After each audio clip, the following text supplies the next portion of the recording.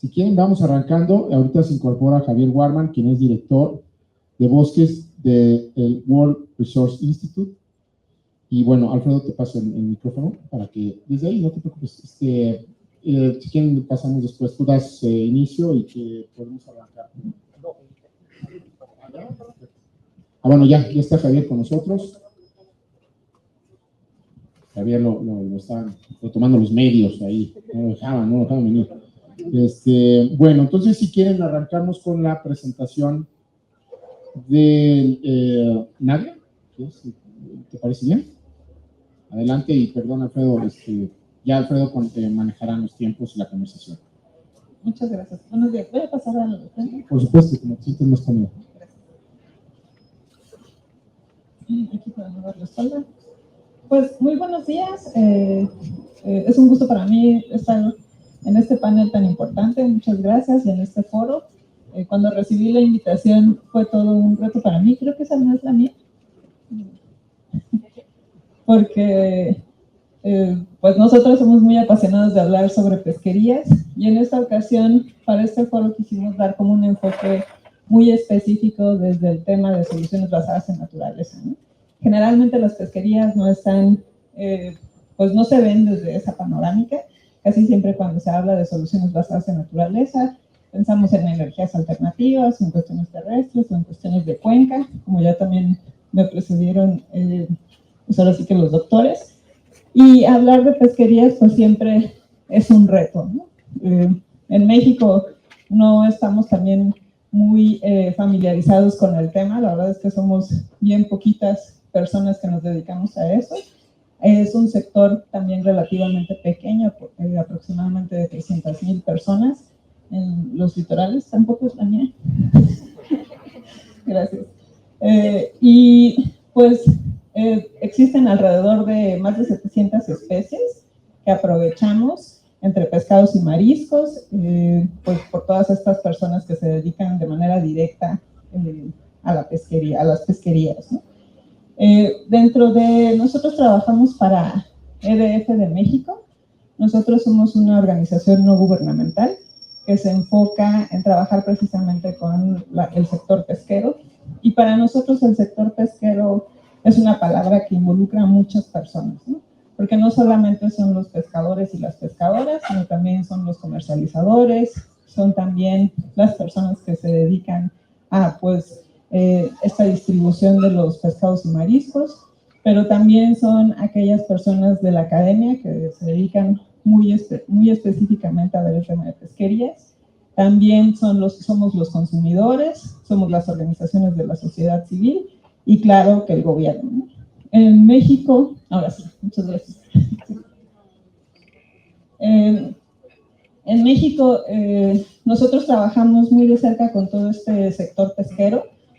No podemos dejar, al igual que muchos de ustedes, desde su, pues ahora sí que desde su rol y desde las actividades que realicen, no podemos tampoco dejar solamente, vamos a hablar con pescadoras y pescadores, ¿no? Sino también tenemos que hablar con todas estas personas para entender de fondo el sistema y pues, ahora sí que la parte sistemática de las pesquerías. Entonces nosotros trabajamos con todas estas personas y lo que hacemos es que brindamos apoyo y acompañamiento en la construcción de estrategias e iniciativas para ver de una manera más integral estas problemáticas. Y parte de nuestra visión es que precisamente México pueda ser reconocido a nivel global como un referente en pesca sostenible o pesca sustentable, ¿no?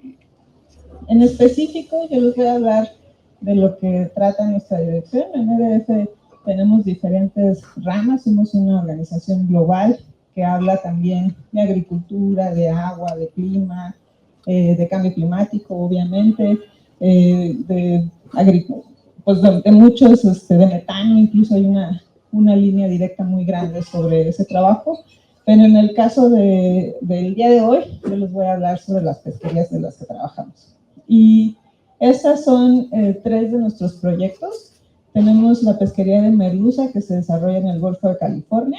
Es una pesquería considerada de mediana altura, es decir, la aprovechada por barcos en en esta zona, es una pesquería de profundidad. También trabajamos con moluscos bivalvos en el estado de Sinaloa, en específico en una ensenada, en un sistema lagunar que se llama Ensenada Altata, sistema lagunar Altata Ensenada del Pabellón. Siempre tiene un nombre súper largo, por cierto que está nuestra coordinadora Marta Rosales. Y también con el mero rojo, que es una pesquería emblemática para el estado de Yucatán. Entonces, muy rápido, les voy a hablar sobre pues este enfoque, ¿no? Ya les decía yo, el enfoque de soluciones basadas en la naturaleza. Al igual que muchas actividades productivas, y sobre todo aquellas que se desarrollan de manera como, están conceptualizadas como actividades primarias, pues se enfrentan desafíos sociales, ¿no? Para las pesquerías han definido 3 desafíos sociales muy importantes. Uno es el cambio climático, otro es la pérdida de la biodiversidad, como ya también nos hablaban, y la otra, pues es también la seguridad alimentaria, ¿no? Estos pescados y mariscos, pues México ocupa más o menos el 10º lugar a nivel mundial en producción de pescados y mariscos. Tenemos 3 pesquerías muy emblemáticas que son la sardina, el atún y el camarón, ¿no? Todos nosotros comemos esos productos, pero hay otras que no son tan conocidas, que se consumen localmente o que incluso ni siquiera las consumimos y que solamente son productos de exportación, que están dentro de estas 700 especies o más de 700 de las que les hablo. Sin embargo, pues bueno, las pesquerías tienen estos desafíos sociales y por ende pues tienen que generan un bienestar humano, no solamente visto desde la seguridad alimentaria, sino también de lo que brindan y representan en la economía para las comunidades costeras, que son pues las personas, donde viven las personas que principalmente realizan estas actividades. Pero también tienen que ser vistas desde cuáles son aquellos beneficios que se abordan desde la biodiversidad, ¿no?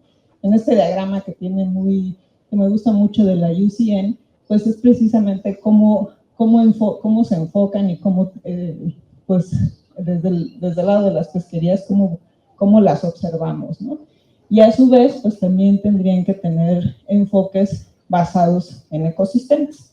Es decir, no solo, como ya decían en las presentaciones que me precedieron, no tienen que ser solamente vistas desde un enfoque técnico, es decir, cuántos peces tengo en el agua, cuántas almejas tengo en el agua, ¿no? Tienen que verse desde una perspectiva muchísimo más integral. Y pues si bien la definición que la misma UCN da para las soluciones basadas en la naturaleza, pues también nos habla de cómo se deben de enfrentar estas soluciones precisamente desde la perspectiva de proteger, gestionar y restaurar de manera sostenible los ecosistemas naturales y pues también aquellos que ya han sido modificados. En el caso de las pesquerías, pues esto también demanda un enfoque integral, ¿no? Es decir, no tienen que ser, cada una tiene problemáticas aledañas, cada una tiene necesidades aledañas y estas tienen que ser pues gestionadas desde un sistema adaptado a las dimensiones en donde ocurre.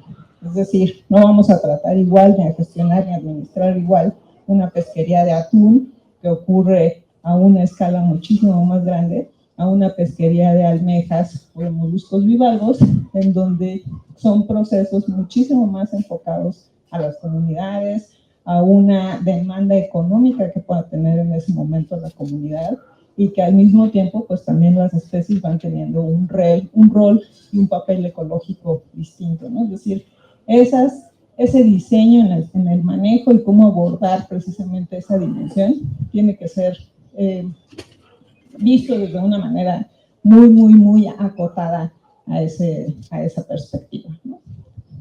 Y les voy a poner 2 de nuestros ejemplos que a mí me gustan mucho porque precisamente son pues el caso de Sinaloa, los moluscos bivalvos, y el caso de Mel. Y aquí nada más es una representación gráfica de cuáles son esas perspectivas integrales que nosotros abordamos y que consideramos que deberían de abordarse en todas y cada una de las pesquerías. En México solamente se enfoca el manejo de las pesquerías a una cuestión todavía muy técnica, e incluso muchos administradores se molestan conmigo porque yo les digo que hacemos todavía un manejo pasivo, y eso significa que solamente cuando pensamos en pesquerías, pensamos en una veda, es decir, una temporada de cierre, y a veces una talla mínima de captura, ¿no? Es decir, hasta dónde puedes capturar esa especie. Pero no solamente son esos, ¿no? Hay otras infinidades de herramientas en donde también se tienen que abordar todas esas perspectivas para manejarlos. Y precisamente por eso les pongo estos ejemplos. En el caso de Sinaloa, nosotros trabajamos con dos especies. Una es la almeja chocolata y otra es la almeja quion. Sin embargo, pues hay más de 10 especies de almejas que también se aprovechan en ese sistema lagunar, sin dejar de mencionar que hay otras especies de peces, el mismo camarón, otros tiburones, etcétera. Y pues generan parte de la economía de esas comunidades que están dentro de ese sistema lagunar. Estas pesquerías, pues principalmente la chocolata, está en un deterioro, es decir, es una pesquería que es muy solicitada por el mercado, por los consumidores, porque además de que es muy bonita, es muy rica, ¿no? Entonces es una de las almejas más solicitadas en el noroeste. Incluso algunos todavía las pueden ver ahora ya en los supermercados, ya los tienen en bolsas muy bonitas. Si no las han visto, búsquenlas y pruébenlas.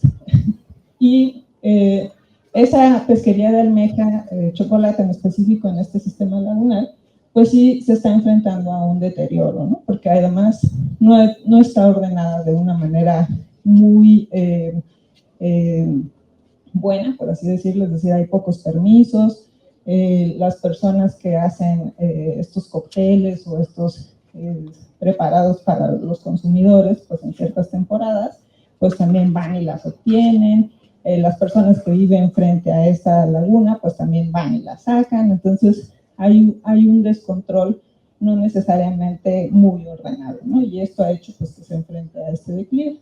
Sin embargo, hay estrategias. Nosotros estamos implementando ahorita un programa de mejora pesquera en donde lo que se hace es que con base a un estándar internacional se evalúa cuáles son todas aquellas oportunidades en las que esta pesquería tendría que mejorar, ¿no? Vista desde un enfoque biológico, pero también social y también de ordenamiento, ¿no? Entonces, ese trabajo hacen, de repente, si alguno tiene curiosidad, pueden buscar los FIPS, que son una traducción que son programas de mejora pesquera, para poder ver cómo ciertas pesquerías se involucran en estos programas para que precisamente puedan tener estar estandarizados a nivel mundial.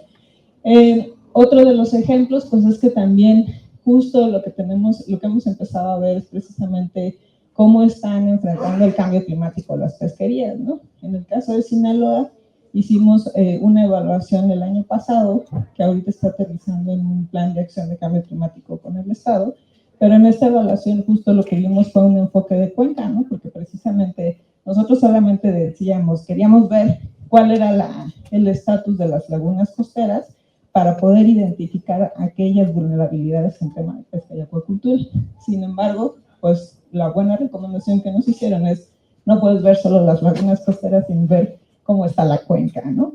Y ahí, pues precisamente el reto es muy grande en el estado de Sinaloa, porque además todas las lagunas costeras pues tienen desarrollos acuícolas, principalmente de camarón, lo que hace que la calidad del agua pues disminuya, ¿no? en estos sistemas. Y es ahí en donde organismos como los moluscos bivalvos pues tienen además un servicio ambiental, no solamente están generando una economía, sino también están pues ahora sí que dando una seguridad alimentaria, pero también brindan un servicio ambiental, ya que los moluscos bivalvos pues, son filtradores. ¡Ay, se me apagó! Me tardé mucho en esa diapositiva. Y bueno, otro de los enfoques que estamos haciendo es precisamente cuáles son aquellos instrumentos normativos que los administradores pesqueros deberían de estar observando, ¿no? Es decir, esta pesquería todavía no tiene muchos instrumentos, llámese un plan de manejo específico o bien una norma oficial para saber cuáles son aquellas reglas en las que se tiene que construir ese aprovechamiento o esa captura. y pues algunos otros que incluso pues ahora la pesca está enfrentando, como es el tema de inspección y vigilancia, ¿no? Es decir, cuáles son aquellas capacidades que le vamos a pues ahora sí que a dotar, no solo nosotros, sino que le tendría que estar dotando también el Estado, o sea, la Federación, para que precisamente los pescadores y las pescadoras puedan pues desarrollar no solamente un tema de vigilancia participativa, sino también de monitoreo que sirva para la evaluación. Y pues muy rápidamente, porque sé que ya me queda un poquito, ahí está. El caso de la pesquería del mero en Yucatán también es un ejemplo en donde vemos las cosas también de manera muy holística. En este caso, esta pesquería se enfrenta a un deterioro que está descrito desde pues el 2000 en la Carta Nacional Pesquera. La Carta Nacional va diciendo cuál es el estatus de cada una de las pesquerías, tanto, pues ahora sí que solo las que están descritas. Desafortunadamente, de esas 700, prácticamente menos de 100 están en esa Carta Nacional Pesquera, pero pues va sentando ese referente de cuál es el estatus de salud de esas pesquerías. Y en el caso de Mero, pues no ha sido el más favorable. Es una pesquería que tiene igual más de 30, 40, 50 años de tener un aprovechamiento. Es una pesquería que tiene un valor biocultural, porque es muy importante para la zona costera de Yucatán, Quintana Roo y Campeche, ya que la gastronomía involucra que este producto pues sea también, pues se prepare en una preparación especial para ciertos eventos familiares y de festejo en la comunidad. Y además representó pues la primera pesquería más importante para el estado de Yucatán. Ahorita está siendo suplida por el pulpo, pero pues se enfrenta a un deterioro. Además, esta especie pues también es una especie clave y para los que son biólogos también es considerada una especie arquitecta, es decir, su presencia influye en que al menos otras 40 especies de las descritas puede estar también en ese ecosistema, ¿no? Se distribuye en zonas arenosas, pues tiene ese rol ecológico, y lo que nosotros también hicimos es precisamente ir identificando cuáles eran aquellas oportunidades en las que esta pesquería podría enfrentarse a una recuperación. Afortunada y desafortunadamente, lo digo así porque pues nosotros hicimos el primer plan de recuperación para la pesquería. Lo digo desafortunadamente porque muchas pesquerías ya lo deberían de tener y deberían de tener este instrumento, pero bueno, en esta lo que hicimos fue recopilar todo el trabajo que se ha hecho, porque además es una pesquería muy estudiada. Hay más de 300 artículos que describen y caracterizan a la pesquería, y lo que hicimos fue juntar todo ese bagaje de ciencia y conocimiento, además de política pública, para identificar cuáles eran aquellas prioridades y cuáles eran aquellos rumbos estratégicos por los que tendríamos que estar orientando a la pesquería. Entonces, con base en eso, actualmente estamos haciendo una estrategia de aprovechamiento que nos permite pues identificar en las pesquerías, tanto en mero como en moluscos bivalvos y en merluza,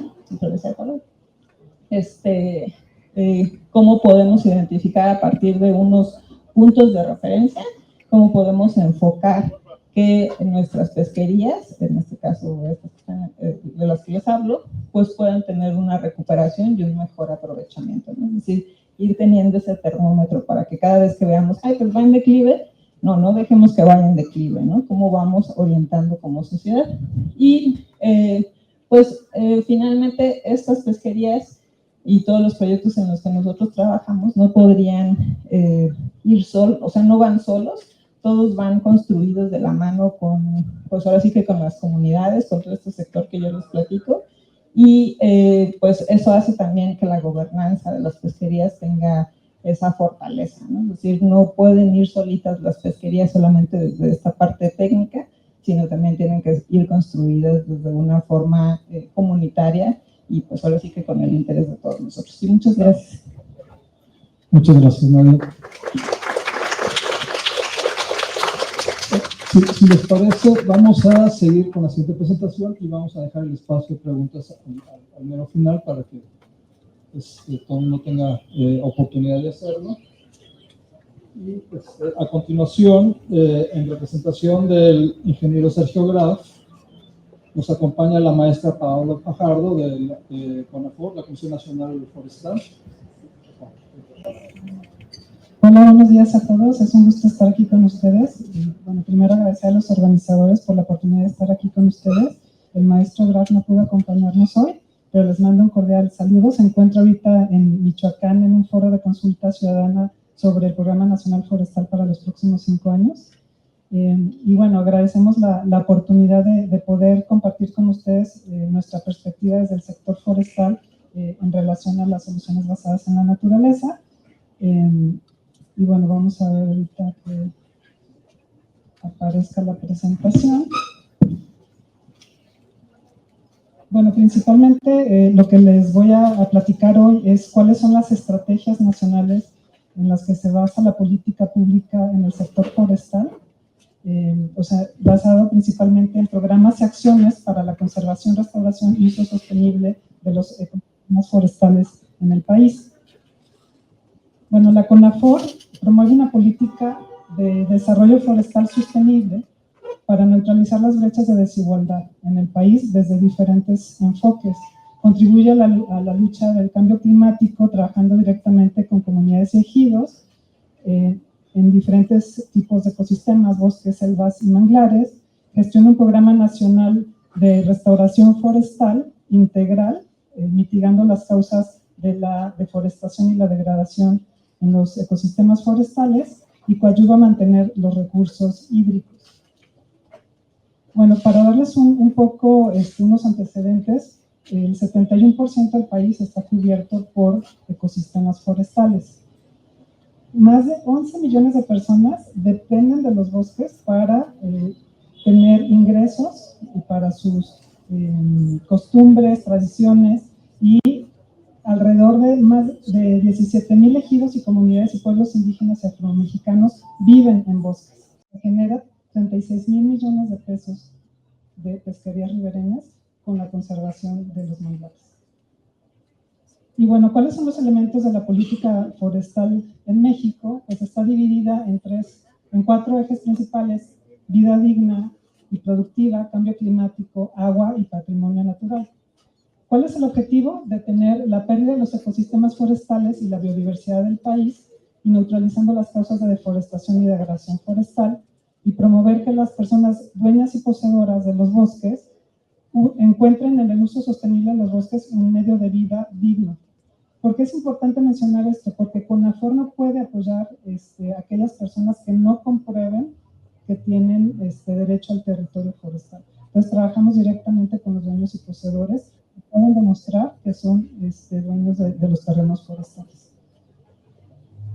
Y bueno, en cuanto a la parte de vida digna y productiva, pues el objetivo es fortalecer el manejo forestal comunitario, diseñar e implementar la estrategia de aumento a la productividad forestal, la legalidad, o sea, hacer que la madera que compramos o que se usa en las construcciones de casa provenga de bosques manejados de manera sostenible.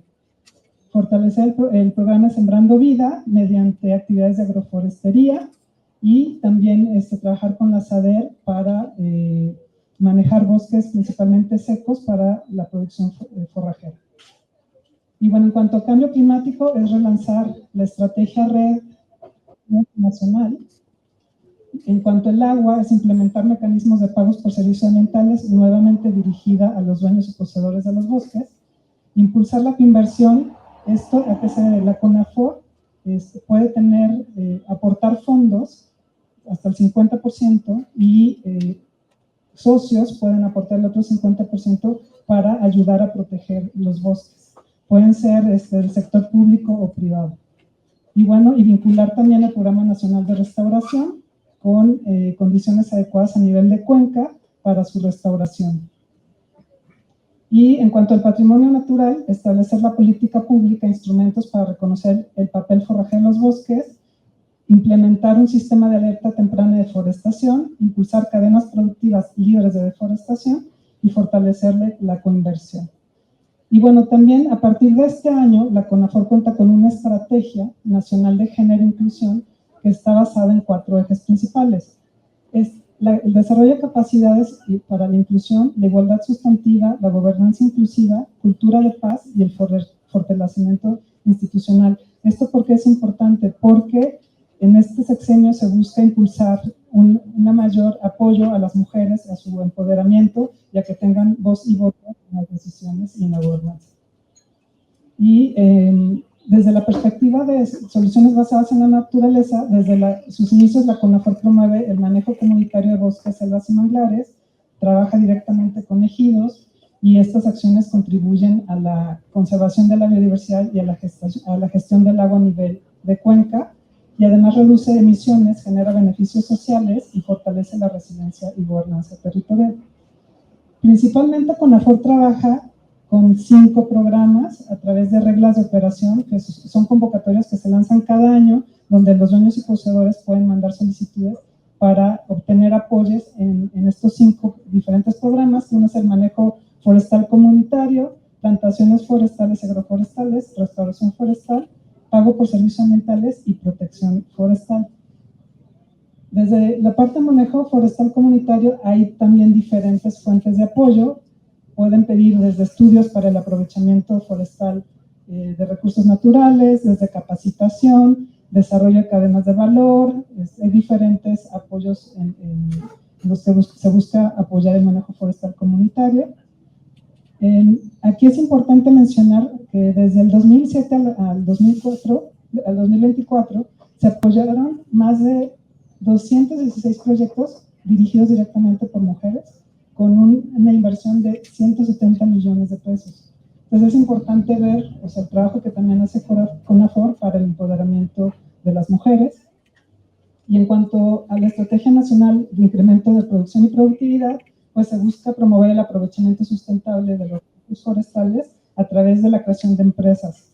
Y muchos de estos recursos van dirigidos igualmente a mujeres, y también se busca impulsar plantaciones forestales comerciales y crear estrategias con diferentes actores del sector público y privado.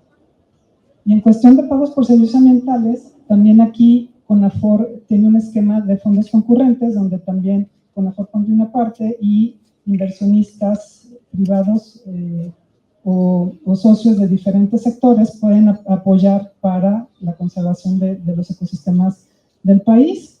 Y por ejemplo, ahí se manejan diferentes esquemas. Uno es con áreas prioritarias, por ejemplo, en la selva lacandona.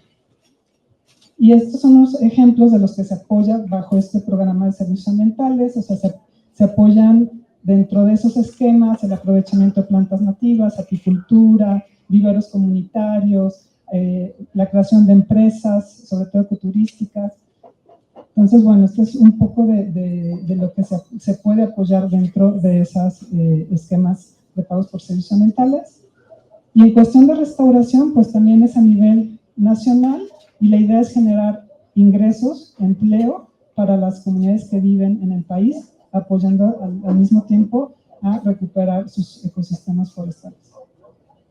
Y bueno, también hay 2 esquemas, uno es por regiones y otro es por fondos concurrentes, y hay áreas de atención prioritaria, como es los ecosistemas de manglar, son un ecosistema prioritario para este sexenio, las áreas afectadas por incendios, los ecosistemas bajo manejo forrajero y ciertas áreas como cuencas prioritarias como Lerma, Santiago y el Atoyac. Y bueno, también CONAFOR tiene otros esquemas fuera de las reglas de operación, como proyectos de cooperación internacional. Actualmente tenemos 2 en curso, uno que está enfocada en incrementar la capacidad productiva de las comunidades forestales, apoyado por el FIDA, y otro es incorporar la conservación de la biodiversidad en las políticas forestales, que se llama GreenMex, y se está apoyado a través de FAO.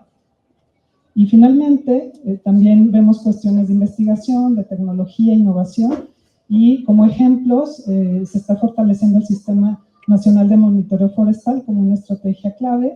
Se está realizando el 4º Inventario Nacional Forestal y de Suelos. Lo que es importante mencionar es que por primera vez, antes lo realizaban empresas privadas, ahora se les está dando oportunidad a las comunidades extensivas para que ellos mismos colaboren en la generación de datos y en la creación de inventarios. Pues hay muchas comunidades forestales que tienen técnicos especialistas que están en campo ahorita levantando datos para complementar el cuarto Inventario Nacional Forestal y bueno, el fortalecimiento del sistema de alertas tempranas para detectar deforestación. Y bueno, eso sería todo. Muchas gracias.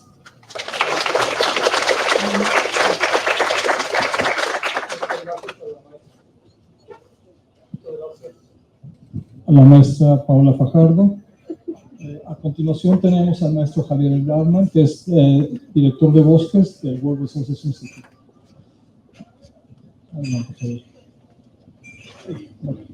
Muchísimas gracias y gracias por la invitación a este foro. Me da mucho gusto poder participar y compartir un poquito de lo que hacemos.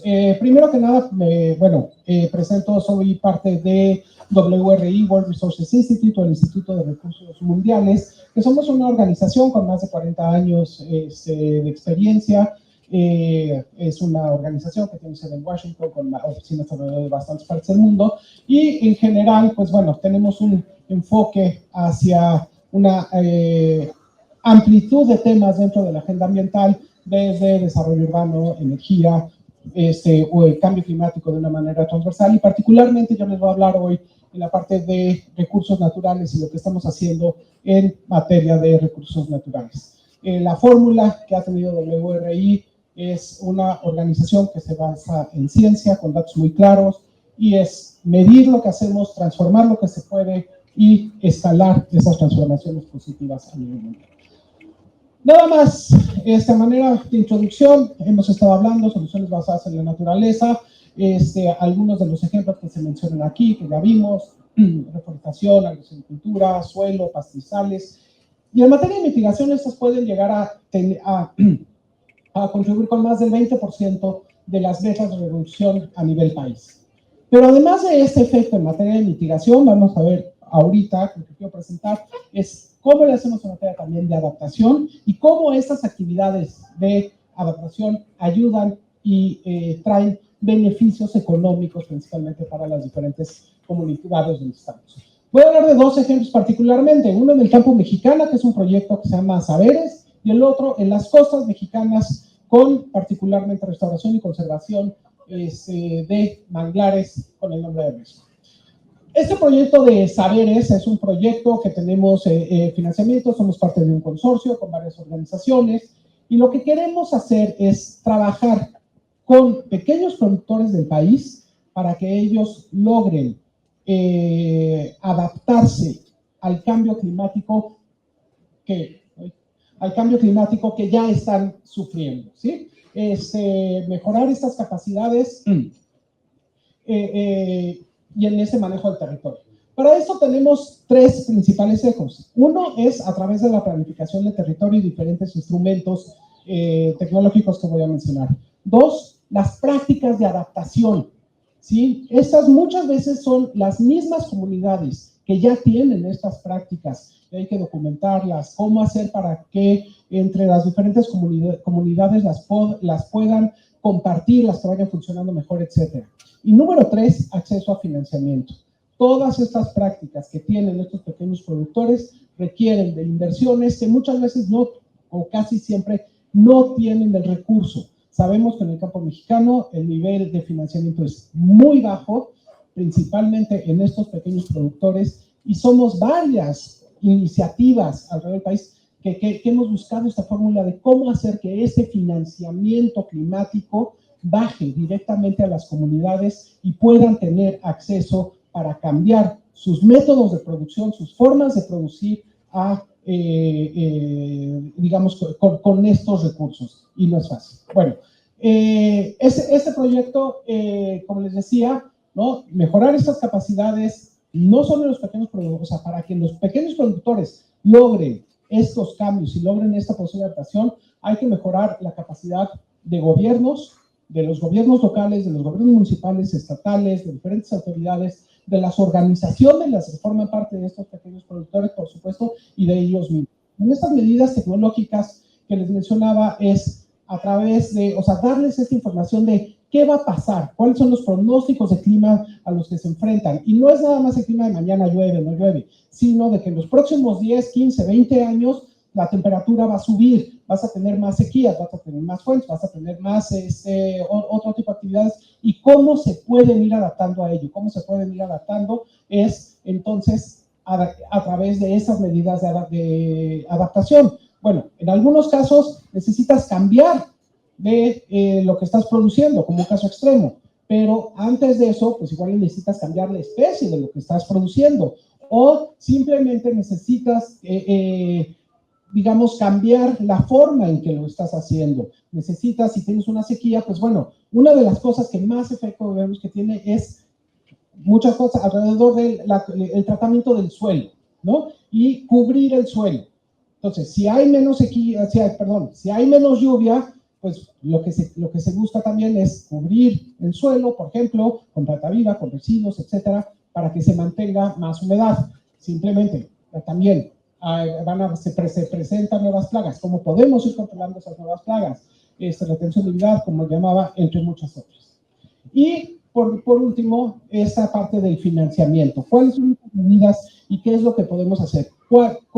Garantías. El pequeño productor que va y busca un crédito para eso, una de las barreras principales es la garantía que no puede, que no tiene garantía, no tiene ningún bien para eso.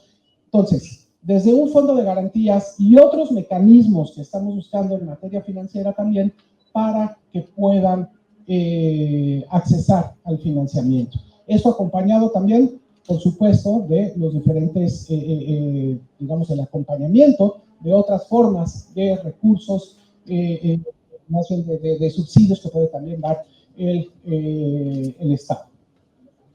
Estos son los socios con los que trabajamos. Es un proyecto a 5 años, lo que nos da tiempo también de ir de una actividad importante con ellos. Trabajamos en 9 estados del país que se enmarcan ahí: Península de Yucatán, Tabasco, Chiapas, en la zona centro, en Jalisco, Hidalgo, Puebla, Hidalgo, Puebla, Tlaxcala. Antes de pasar a manglares, una cosa muy importante también ligándolo con agua, porque muchas de esas actividades que hemos, derivado de este proyecto en el estado de Tlaxcala, hemos estado también midiendo cómo estas y otras prácticas de adaptación ayudan de forma muy importante a la captación de agua. Sí, es muy importante, por supuesto, los bosques. Todos hablamos de que los bosques sí son fábricas de agua, son esponjas que ayudan a absorber el agua, etc. Pero con un manejo distinto de la agricultura, todo el campo mexicano también puede convertirse, no solo mexicano, todo el campo puede convertirse también en un mecanismo para retener más agua. O sea, si no son monocultivos, si está mejor cubierto, etcétera, la posibilidad de captar agua es mucho más importante. Ahora paso, lo siguiente, al otro tema también. Otra de las soluciones basadas en la naturaleza con las que estamos trabajando, que es el tema de manglares. Ya lo mencionaron también varias veces. ¿Por qué? Porque los manglares sí son ecosistemas particulares que creo que no solo son importantes, como decía Pablo ahorita, para esta administración, sino son muy importantes particularmente para toda la humanidad. Y algunas cosas importantes, o sea, todos estos, que no me voy a meter, son los diferentes servicios que prestan. Ya hablamos ya se habló de los recursos de las pesquerías, de importancia para las pesquerías, pero una de las cosas, por ejemplo, que ya también he escuchado a la misma secretaria mencionarlo, cómo las mismas comunidades pesqueras del país no conocen esta relación entre la conservación y la restauración de los manglares con sus pesquerías. Entonces, desde eso, ya se habló mucho de la importancia de la información, etcétera, que los mismos pescadores ir a las comunidades, para que los mismos pescadores hagan énfasis en conservar y restaurar sus manglares, es importantísimo. Son ellos mismos los principales interesados y los que más pueden hacer al respecto, ¿no? Entonces, bueno, tenemos toda esta serie de servicios ambientales que prestan, ¿no? Más allá de eso, los medios de vida, regulación del microclima, protección costera, que es una cosa también muy importante. Los efectos de todos del cambio climático sobre las costas van a tener un efecto muy distinto si tienen una cobertura vegetal como un marquesino. Y el último es la captura de carbono también, porque en materia de mitigación, hablábamos, también tienen un carácter muy particular, y aquí vemos cómo, comparado con otros bosques tropicales, la capacidad de almacenamiento de carbono de los manglares también es considerablemente más alto. ¿Cuáles son las amenazas que tenemos a los manglares? El cambio de uso de suelo, materia agrícola, el desarrollo costero también, la parte urbana y la infraestructura. La construcción de carreteras en estas zonas y demás corta el flujo de agua, corta la posibilidad de que el agua salada y el agua dulce se mezclen, que es lo que hace vivir un manglar, y matan los manglares, y eso es lo que tenemos que trabajar. ¿Qué es lo que hacemos para impedir también esto? Uno es lo más, importante aquí, por encima de estas líneas de trabajo, es el valorar el manglar, lo que les comentaba, que los mismos pescadores, que las mismas comunidades reconozcan el valor del manglar para su propia conservación. Para ello, la restauración, ¿no? La generación de capacidades también para que las comunidades mejoren. Esto de la solución de desastres naturales es, ok, esto vale más. ¿Qué necesito yo como comunidad también para conservarla, para restaurarla? Pues necesito recursos. ¿Cómo obtengo estos recursos? Pues a través de diferentes actividades económicas, desde el turismo, desde la producción de miel. ¿Cómo? A través, insisto, de conservarlo, voy a tener más recursos para ello. Otra serie de actividades que necesitamos hacer, también el desarrollo de mecanismos financieros para que puedan invertir más las propias comunidades en estas actividades y, por supuesto, en todos estos proyectos, pues el monitoreo y poder demostrar que los cambios que se están haciendo tienen un efecto positivo es básico para su mantenimiento. Antes de esto, nada más, déjenme concluir, a manera de conclusión, sobre estos dos proyectos, ¿qué es lo que consideramos más importante en estas soluciones basadas en la naturaleza? Número uno, de aquí es, el trabajo no es de que se tenga que hacer solo, ¿no? En este lugar común, de llegar con las comunidades, con ellos. Es ellos quienes lo tienen que hacer. Lo más que podemos hacer nosotros es acompañarles, darles dirección, darles mejores mecanismos para ello. Pero al hablar de esto, de trabajar con las comunidades, son ellos quienes toman la decisión de si ese árbol se quita o no. Son ellos los que toman la decisión de si el manglar se mantiene ahí o lo vamos a cambiar por otro uso de suelo. Entonces, este trabajo tiene que ser con ellos. Particularmente, también ya se mencionó, el trabajo en materia de restauración, por ejemplo, con los manglares, es principalmente con las mujeres. Este trabajo lo hemos estado haciendo principalmente en la península de Yucatán, en Tabasco, etcétera, ya termino. El trabajo de las mujeres, el trabajo con los jóvenes es también un factor que nos ha dado muchísimas posibilidades y éxito del mismo proyecto. Termino. Muchas gracias, Javier. Muchas gracias, maestro Javier Warman. Con nuestra siguiente presentación tenemos a Francisco José Ayala, más conocido como Paco Ayala, aquí de Huerto Roma Verde.